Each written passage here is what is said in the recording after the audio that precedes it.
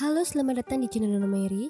Yang belum subscribe, klik dulu tombolnya supaya nggak ketinggalan cerita seru lainnya. Oke, sekarang Nona Mary akan membahas tentang film yang hits dari tahun ke tahun, yaitu film In Darkness yang rilis pada tahun 2011.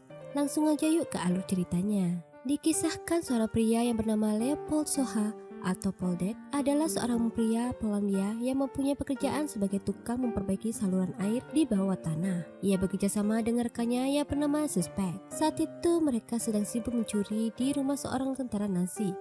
Tidak lama setelah itu, anak-anak tentara Nazi masuk ke dalam rumah dan membuat mereka ketahuan.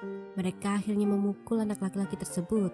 Setelah itu mereka berhasil kabur dari rumah tersebut. Selanjutnya, Polda dan Shepek melihat wanita yang tak berbusana digiring oleh tentara Nazi ke dalam hutan. Kemudian mereka menembakinya tanpa belas kasihan. Berikutnya, mereka menyimpan hasil curian mereka di tembok bawah tanah tempat saluran air. Setelah itu, mereka kembali ke rumah masing-masing. Di sisi lain, para orang Yahudi sedang membuat lubang menuju bawah tanah untuk tempat persembunyian. Lalu di atas sana, tepatnya di jalanan, mereka para orang Yahudi disiksa dan dilecehkan. Saat itu, mereka dipekerjakan untuk membersihkan jalanan. Suasana saat itu sangat mencekam bagi orang-orang Yahudi. Ia menjual barang apa saja untuk dapat bertahan hidup. Kemudian saat Poldek dan Shepek berada di saluran air, ia mendengar suara ketukan. Ketukan tersebut berasal dari wilayah Ghetto atau perkampungan Yahudi. Kemudian, saat orang-orang Yahudi tersebut berhasil menembus pembuangan air di bawah tanah, Polda dan Shepek memergokinya. Mereka akhirnya berdebat. Setelah itu, para orang Yahudi tersebut membayar Polda dan Shepek untuk uang tutup mulut. Selanjutnya, saat di restoran, Poldek bertemu dengan temannya yang bernama Bortnik. Ia adalah seorang tentara Nazi. Bortnik berkata kepada Poldek, jika Poldek terjadi sesuatu, ia akan membantunya. Keesokan harinya, Poldek dan Shepek kembali bekerja seperti biasanya di dalam saluran air bawah tanah. Tak lama setelah itu, mereka mendengar jeritan orang Yahudi yang dibunuh secara massal. Mereka terhambur berceceran satu sama lain. Saat itu, orang Yahudi banyak yang mengetahui tentang galian lubang yang menuju ke saluran bawah tanah. Mereka berdesakan hingga terjadi kegaduhan. Kemudian Polda dan Shepek datang untuk membantu mereka dari bawah. Tak lama kemudian, akhirnya sebagian orang berhasil masuk di lubang bawah tanah yang terhubung di saluran air. Berikutnya, Poldek membawa mereka ke ruangan saluran air yang aman. Mengingat Poldek dan Shepek mendapat bayaran uang tutup mulut setiap hari sebesar 500 zol. Setelah sampai pada tempat persembunyian, Poldek menyuruh mereka untuk mematikan api agar oksigen tidak cepat habis. Berikutnya, tidak disangka mereka menemukan mayat di saluran air tersebut yang sudah membusuk. Poldek mengira jika tempat tersebut sudah pernah didatangin orang Yahudi yang kemudian tentara Nazi menemukannya. Berikutnya, saat Poldek keluar dari selokan, ia akan ditembak oleh tentara Nazi dan mengira Poldek ada orang-orang Yahudi. Kemudian, Poldek mengatakan jika ia kenal dengan temannya yang bernama Bortnik. Akhirnya Poldek bertemu dengan Bortnik. Bortnik menyuruh rekannya untuk melepaskan Poldek. Saat itu juga, Bortnik mengatakan jika di saluran air terdapat orang Yahudi, ia menyuruhnya mengatakan.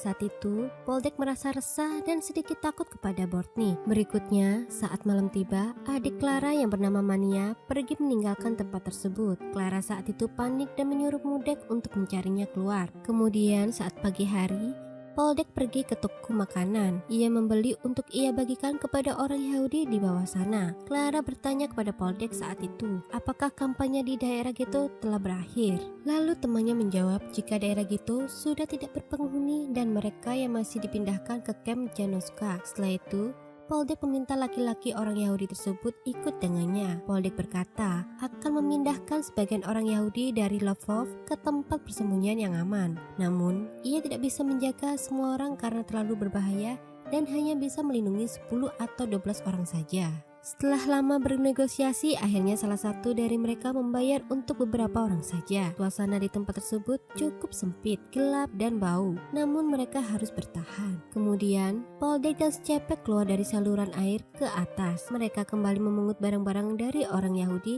yang berada di jalanan. Setelah itu, Poldek pulang kembali ke rumahnya yang tidak disangka Bert menanyai istri Poldek tentang orang Yahudi yang berada di selokan. Poldek saat itu juga menjawab jika ia hanya melihat mayat orang Yahudi yang menyumbat di saluran air. Namun Bortnik kembali menjawab jika ia mempunyai laporan dari seorang wanita di jalan Platevna mencium bau bawang goreng yang asalnya dari toiletnya. Bortnik saat itu seperti mengetahui lokasi orang Yahudi itu bersembunyi. Setelah itu Bortnik meminta Poldek untuk mengantarkan ke saluran air tersebut. Saat itu perasaan Poldek jadi tidak menentu. Ia khawatir mereka tertangkap oleh Bortnik. Kemudian lorong-lorong saluran air sudah ditelusuri. Kemudian orang-orang Yahudi itu juga mengetahui suara tembakan dari tentara Nazi. Mereka bergegas untuk bersembunyi dan tidak bersuara. Akhirnya Poldek sedikit lega karena mereka bersembunyi saat ia datang bersama Bortnik. Bortnik saat itu masih saja merasa ada yang janggal. Namun ia tidak ambil pusing dan melupakannya sejenak. Selanjutnya, Clara saat itu berbicara kepada temannya. Ia ingin pria tersebut membawanya ke atas lantaran sepatunya sudah rusak. Selanjutnya, saat malam tiba, Sjapek makan malam di rumah Poldek bersama istri dan juga anaknya. Mereka sambil berbincang menceritakan kejadian yang ada di jalanan. Tidak disangka Sjapek menceritakan tentang Tuan Ciger. Tuan Ciger adalah orang Yahudi kaya yang ia bantu untuk bersembunyi. Saat itu juga istri Poldek mengatakan jika mereka berbeda. Poldek pun mengatakan jika ia melakukan semua ini untuk Wanda dan anaknya.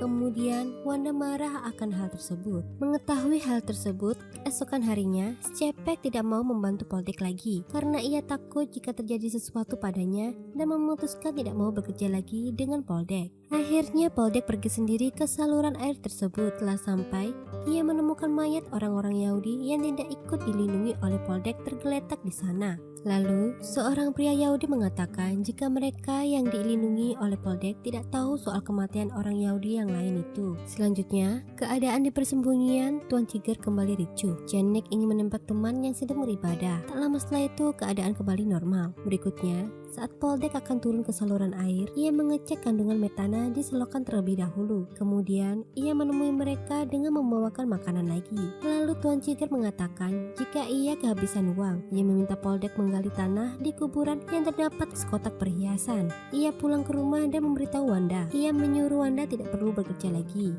Wanda saat itu hanya bisa terdiam. Di sisi lain, Janek dan beberapa pria Yahudi lainnya pergi untuk meninggalkan tempat secara diam-diam. Kemudian, saat pagi datang, Tuan Ciger kehilangan dompet sedangkan Mundek kehilangan pistolnya. Kemudian Poldek datang ke saluran air lagi. Ia membawakan makanan dan memberikan perhiasan milik Tuan Ciger. Poldek juga mengatakan jika ia tidak akan kembali lagi. Ia berpikir jika ia membahayakan keluarganya dan tak kuasa menahan keluhan, tuduhan, dan sekarang pengkhianatan ini. Kemudian, saat Mundek pergi ke atas, ia memungut barang-barang yang bisa ia jual. Namun, ia tertangkap oleh tentara Nazi. Di samping itu, Poldek datang dari arah gedung-gedung tersebut dan melihat Mundek sedang ditodong senjata oleh tentara Nazi. Tidak lama setelah itu, Poldek dan Mundek menghabisi nyawa tentara Nazi tersebut.